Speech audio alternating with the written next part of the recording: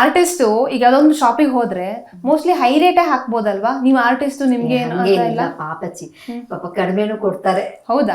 ಎಷ್ಟೋ ಸತಿ ಹೋಗ್ಲಿ ಬಿಡಿ ಮ್ಯಾಮ್ ತಗೊಂಡೋಗಿ ಮ್ಯಾಮ್, ನೀವು ಫ್ರೀಯಾಗೆ ತಗೊಂಡೋಗಿ ಅಂತ ಕೊಟ್ಟಿದ್ದಾರೆ. ಹೌದಾ? ಅಂದ್ರೆ ನಾವ್ ಅಷ್ಟು ಪರ್ಚೇಸ್ ಮಾಡಿರ್ತೀವಿಲ್ಲ, ಈಗ ಲೈಕ್ ಒಂದ್ 5,000ಕ್ಕೆ ನಾವು ಪರ್ಚೇಸ್ ಮಾಡಿದ್ರೆ ಏನೋ ಒಂದು ಕೊಟ್ಟು ಕಳಿಸ್ತಾರೆ ತಗೊಂಡೋಗಿ ಮ್ಯಾಮ್ ಅಂತ. ಇನ್ ಕೆಲವ್ರು ಕೊಡಲ್ಲ, ಅದಕ್ಕೆ ಏನೋ ಪ್ರಾಬ್ಲಮ್.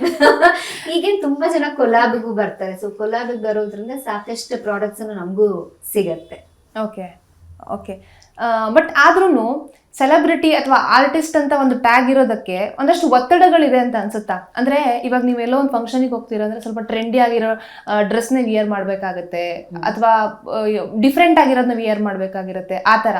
ಹೌದು, ಆ ಒತ್ತಡ ಅಂತೂ ಇದೆ. ನಾನೇ ಒಂದೊಂದ್ಸತಿ ಯೋಚನೆ ಮಾಡ್ತಿರ್ತೇನೆ, ಅಯ್ಯೋ ನಡುವೆ ಬಟ್ಟೆನೇ ತಗೊಂಡಿಲ್ವಲ್ಲ. ನಾನು ತುಂಬಾ ಬಟ್ಟೆ ಎಲ್ಲ ಪರ್ಚೇಸ್ ಮಾಡಲ್ಲ, ಏನಿದೆಯೋ ಅದ್ರಲ್ಲೇ ತಿರುಗಿಸಿ ಮುರುಗಿಸಿ ಹಾಕಿದ್ದೇನೆ ನಾನು ಹಾಕ್ತೀನಿ, ನಂಗೆ ಏನೂ ಬೇಜಾರೇ ಇಲ್ಲ. ಅವಾಗ ಅನ್ಕೋತಿರ್ತೀನಿ, ಅಯ್ಯೋ 3-4 ಸತಿ ಹಾಕ್ಬಿಟ್ಟಿದ್ದೀನಲ್ಲ, ಇದನ್ನೇ ಯಾವ್ದು ಹಾಕ್ಕೊಳ್ಳೋದು ಈಗ ಅಂತ. ಖಂಡಿತ ಆ ಒತ್ತಡ ಇದೆ. ನೋಡ್ದವ್ರು ಏನ್ ಅನ್ಕೋತಾರೆ, ಏನ್ ಇವಳು ಹಾಕಿದ್ದೇನೆ ಹಾಕೋತಾಳಲ್ಲ ಅಂತ ಅನ್ಸುತ್ತಲ್ಲ ಅಂತ.